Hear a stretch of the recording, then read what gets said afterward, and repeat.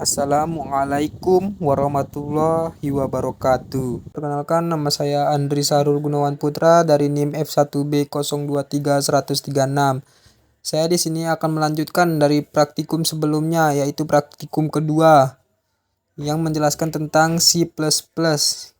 Yang baris pertama itu ada include IOStream yang dibarengi oleh using namespace std. Baris ini adalah bagian dari prosesor direktif dan menyertakan file header IOStream yang memungkinkan program untuk menggunakan input-output standar dari C++.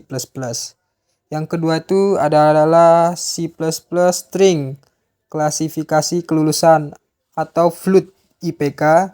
Baris ini mengidentifikasi sebuah fungsi bernama klasifikasi kelulusan yang mengambil satu parameter berupa nilai IPK bertipe data float dan mengambilkan sebuah string.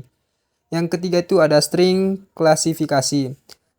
Deklarasi variabel klasifikasi bertipe data string yang akan digunakan untuk menyimpan hasil klasifikasi IPK.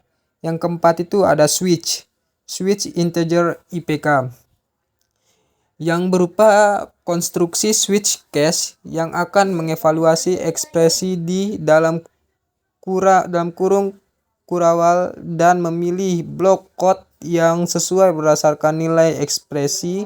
Dalam hal ini nilai IPK akan dikonversi menjadi integer sebelum dievaluasi dalam switch case. Yang kelima itu ada klasifikasi cum laude break case 4. Khusus pertama, dalam switch case, jika nilai IPK sama dengan 4, variabel klasifikasi akan diisi dengan string cum laude dan program akan keluar dari switch case menggunakan pernyataan break. Yang kelima itu ada C++ case 3 klasifikasi atau masukan break. Khusus kedua dalam switch case, jika nilai IPK sama dengan 3, variabel klasifikasi akan diisi dengan string masukan dan program akan keluar dari switch case menggunakan pernyataan break. Yang keenam itu ada C++ case 2 klasifikasi sama dengan lulus.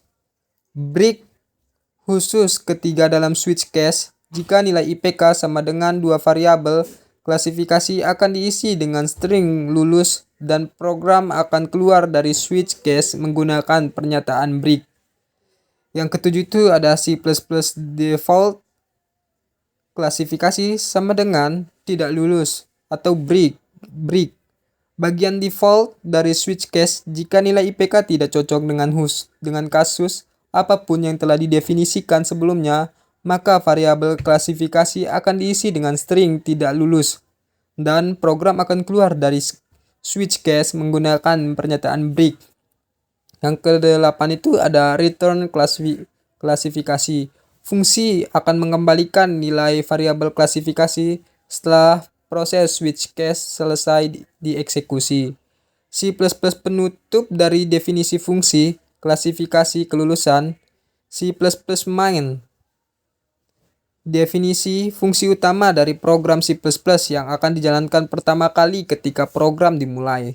C++ float IPK, code masukkan IPK, chain IPK, yaitu deklarasi variabel IPK bertipe data float untuk menyimpan nilai IPK yang dimasukkan pengguna selanjutnya. Program akan menampilkan pesan masukkan IPK menggunakan objek code dan akan mengambil input dari pengguna untuk variabel IPK menggunakan objek chain. C++ code klasifikasi kelulusan berdasarkan IPK adalah klasifikasi kelulusan atau IPK. N menampilkan yang berisi hasil klasifikasi kelulusan berdasarkan IPK yang dimasukkan pengguna dengan menggunakan fungsi klasifikasi kelulusan untuk mendapatkan klasifikasi yang tepat dan kemudian menampilkan hasilnya menggunakan objek code. Yang terakhir itu ada C++ return 0. Dia itu untuk mengembalikan nilai 0 sebagai tanda bahwa program telah berhasil dieksekusi dan berakhir dengan baik. Sekian. Terima kasih.